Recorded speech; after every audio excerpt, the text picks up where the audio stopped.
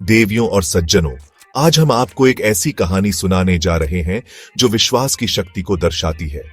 यह कहानी है लेंचो नाम के एक साधारण किसान की। लेंचो एक घाटी में एक छोटी सी पहाड़ी की चोटी पर बने अकेले घर में रहता था। वह बहुत मेहनती था और अपने परिवार का पेट भरने के लिए खेती पर ही निर्भर था। उसका जीवन सरल था, लेकिन उसकी आस्था, उसका विश्वास असाधारण था। उसे ईश्वर पर अटूट भरोसा था, एक ऐसा भरोसा जो पहाड़ों को भी हिला सकता है। वह अक्सर आसमान की ओर देखता, मानो सीधे ईश्वर से बात कर रहा हो। लेंचो का पूरा जीवन उसके मक्के के खेतों के इर्द गिर्द घूमता था। इस साल उसके खेत पके हुए मक्के से लहलहा रहे थे। फसल बहुत अच्छी लग रही थी, बस एक चीज की कमी थी, बारिश। उसे अपनी फसल को पूरा करने के लिए एक अच्छी बौछार की सख्त जरूरत थी। वह अपनी पत्नी से कहता था, अब हमें सच में थोड़ा पानी मिलेगा। उसका विश्वास इतना गहरा था कि उसे यकीन था कि ईश्वर उसकी प्रार्थना जरूर सुनेंगे। वह हर बादल को उम्मीद की नजरों से देखता था, यह जानते हुए कि बारिश की हर बूंद उसके लिए सोने के सिक्कों के समान होगी। उसने अपने बच्चों को भी यही सिखाया था, मेहनत करो और ईश्वर पर भरोसा रखो। उसका घर भले ही दुनिया से अलग थलग था, लेकिन उसका दिल ईश्वर के बहुत करीब था। वह सुबह से शाम तक खेतों में काम करता, पसीना बहाता और अपनी मेहनत के फल का इंतजार करता। उसकी आंखों में एक सपना था, एक अच्छी फसल जिससे उसके परिवार का पूरा साल आराम से निकल जाए।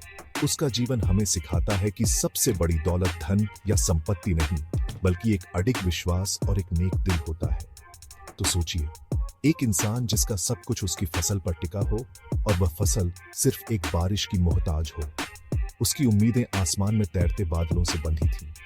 लेंचो कोई ज्ञानी या विद्वान नहीं था, वह तो बस एक सीधा साधा किसान था, लेकिन उसका ईश्वर के प्रति समर्पण किसी भी तपस्वी से कम नहीं था। उसकी कहानी हमें यह याद दिलाती है कि जब हमारे पास कुछ नहीं होता, तब भी हमारे पास एक शक्ति होती है, और वह है आस्था की शक्ति। यही आस्था उसकी आने वाली परीक्षा की नींव बनने वाली थी। जैसा कि लेंचो ने उम्मीद की थी, बारिश शुरू हो गई। बड़ी बड़ी बूंदें गिरने लगी। लेंचो बहुत खुश हुआ। वह बाहर भागा और बारिश की बूंदों को अपने शरीर पर महसूस करने लगा। वह चिल्लाया, ये बारिश की बूंदें नहीं हैं, ये नए सिक्के हैं। बड़ी बूंदें 10 सेंट के सिक्के और छोटी बूंदें 5 सेंट के सिक्के थीं। उसे लगा कि उसकी प्रार्थना सुन ली गई है और अब उसकी फसल को कोई नहीं रोक सकता। चारों ओर खुशी का माहौल था और लेंचो का दिल संतुष्टि से भरा हुआ था। उसे अपनी मेहनत सफल होती दिख रही थी। लेकिन देवियों और सज्जनों, जीवन हमेशा वैसा नहीं होता जैसा हम सोचते हैं। अचानक तेज हवा चलने लगी और बारिश के साथ साथ बड़े बड़े ओले गिरने लगे। ये ओले सचमुच चांदी के सिक्कों जैसे लग रहे थे, लेकिन ये सिक्के विनाश लेकर आए थे। लेंचो का चेहरा चिंता से पीला पड़ गया। बच्चे ओलों को इकट्ठा करने के लिए बाहर भागे, लेकिन लेंचो समझ गया था कि यह एक बहुत बुरा संकेत है। उसने ईश्वर से प्रार्थना की कि यह जल्दी खत्म हो जाए, लेकिन ऐसा नहीं हुआ। यह प्रकृति का एक क्रूर मजाक था। लगभग 1 घंटे तक ओलों की वर्षा होती रही। पूरा घर, बगीचा, पहाड़ी और मक्के का खेत सफेद हो गया, जैसे किसी ने नमक की चादर बिछा दी हो। एक भी पत्ता पेड़ों पर नहीं बचा था। मक्के की फसल पूरी तरह से नष्ट हो चुकी थी। जब तूफान रुका तो लेंचो अपने खेतों के बीच में खड़ा हो गया और उसका दिल दुख से भर गया। उसने अपने बेटों से कहा, टिड्डियों का दल भी इससे ज्यादा छोड़ जाता। इस साल उनके पास कोई फसल नहीं होगी और उनका परिवार भूखा रहेगा। उस रात लेंचो की आंखों में नींद नहीं थी। वह बस अपनी बर्बादी के बारे में सोचता रहा। उसका सब कुछ खत्म हो गया था। अब मदद करने वाला कोई नहीं था। लेकिन उस घोर निराशा में भी एक उम्मीद की किरण बाकी थी। उसे याद आया कि उसे सिखाया गया है कि कोई भी भूख से नहीं मरता, क्योंकि ईश्वर सब कुछ देखता है।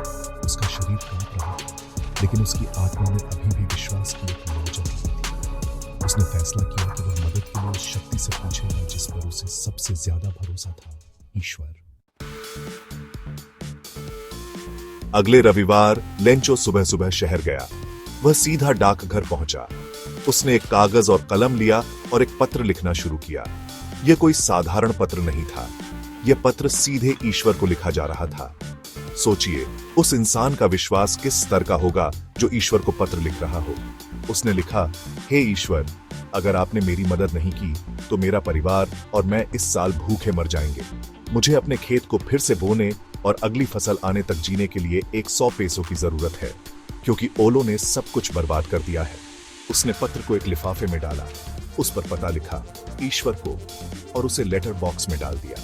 जब एक डाकिया ने उस पत्र को देखा तो वह जोर जोर से हंसने लगा। उसने अपने पूरे करियर में ऐसा पता कभी नहीं देखा था। वह हंसता हुआ उस पत्र को पोस्टमास्टर के पास ले गया।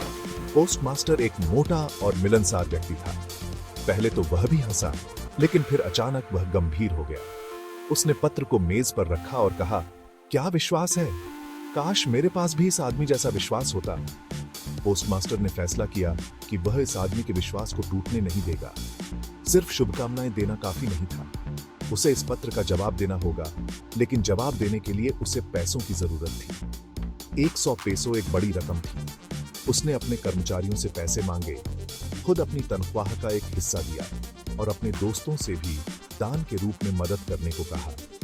यह इंसानियत का एक खूबसूरत उदाहरण था, जहां कुछ अजनबी लोग मिलकर किसी के विश्वास को जीवित रखने की कोशिश कर रहे थे। बहुत कोशिश करने के बाद भी पोस्टमास्टर केवल 70 पैसों ही जमा कर पाया। यह लेंचो द्वारा मांगी गई रकम से थोड़ा कम था, लेकिन यह फिर भी एक बड़ी मदद थी। उसने पैसों को एक लिफाफे में रखा, उस पर लेंचो का पता लिखा और अंदर केवल एक शब्द लिखा, ईश्वर। उसने यह सब इसलिए किया ताकि लेंचो को लगे कि यह मदद सीधे ईश्वर की ओर से आई है। यह एक ऐसा नेक काम था जो बिना किसी स्वार्थ के सिर्फ किसी की आस्था को बचाने के लिए किया गया था। अगले रविवार लेंचो यह पूछने के लिए डाकघर थोड़ा जल्दी आ गया कि क्या उसके लिए कोई पत्र है। डाकिया ने खुद उसे वह लिफाफा दिया, जबकि पोस्टमास्टर अपने दफ्तर से यह सब देख रहा था। वह उस आदमी के चेहरे पर खुशी और संतोष देखना चाहता था जिसने यह नेक काम किया था। लेकिन यहां कहानी एक अप्रत्याशित मोड़ लेती है। लेंचो ने जब लिफाफा खोला और पैसे गिने तो उसे देखकर जरा भी आश्चर्य नहीं हुआ। उसका विश्वास इतना पक्का था कि उसे यकीन था कि पैसे आएंगे ही, लेकिन पैसे गिनने के बाद वह गुस्सा हो गया। उसने सोचा, ईश्वर कोई गलती नहीं कर सकते और न ही वे मेरी प्रार्थना को अनदेखा कर सकते हैं। उसे पूरा यकीन था कि उसने 100 पैसों मांगे थे, लेकिन लिफाफे में केवल 70 पैसों थे। उसे तुरंत लगा कि बाकी के 30 पैसों जरूर डाकघर के कर्मचारियों ने निकाल लिए हैं। उसका सरल मन यह नहीं समझ सका कि इंसान भी इतने दयालु हो सकते हैं। उसने सोचा कि डाकघर के कर्मचारी बदमाशों का एक झुंड है। वह तुरंत खिड़की पर गया, कागज और कलम मांगा और एक और पत्र लिखना शुरू कर दिया। उसका माथा गुस्से से सिकुड़ा हुआ था। जब उसने पत्र खत्म किया तो उसने टिकट खरीदा, उसे चिपकाया और लेटर बॉक्स में डाल दिया। जैसे ही लेंचो गया, पोस्टमास्टर ने उत्सुकता से पत्र खोला। उसमें लिखा था, हे ईश्वर, जो पैसा मैंने मांगा था उसमें से केवल 70 पैसों ही मुझ तक पहुंचे। बाकी भी भेज दीजिए, क्योंकि मुझे इसकी बहुत जरूरत है। लेकिन इस बार डाक से मत भेजना, क्योंकि डाकघर के कर्मचारी बदमाशों का एक झुंड है। देवियों और सज्जनों, यह कहानी हमें विश्वास की गहराई और मानवीय समझ की सीमाओं के बारे में बहुत कुछ सिखाती है। लेंचो का ईश्वर पर विश्वास अडिग और शुद्ध था, लेकिन वह इंसानों की अच्छाई को नहीं समझ पाया। दूसरी ओर पोस्टमास्टर और उसके कर्मचारियों ने दया का एक अद्भुत कार्य किया, भले ही उन्हें गलत समझा गया। यह कहानी हमें सिखाती है कि आस्था खूबसूरत है, लेकिन समझदारी और कृतज्ञता भी उतनी ही जरूरी है। यह हमें अच्छाई करने के लिए प्रेरित करती है, चाहे उसका परिणाम कुछ भी हो।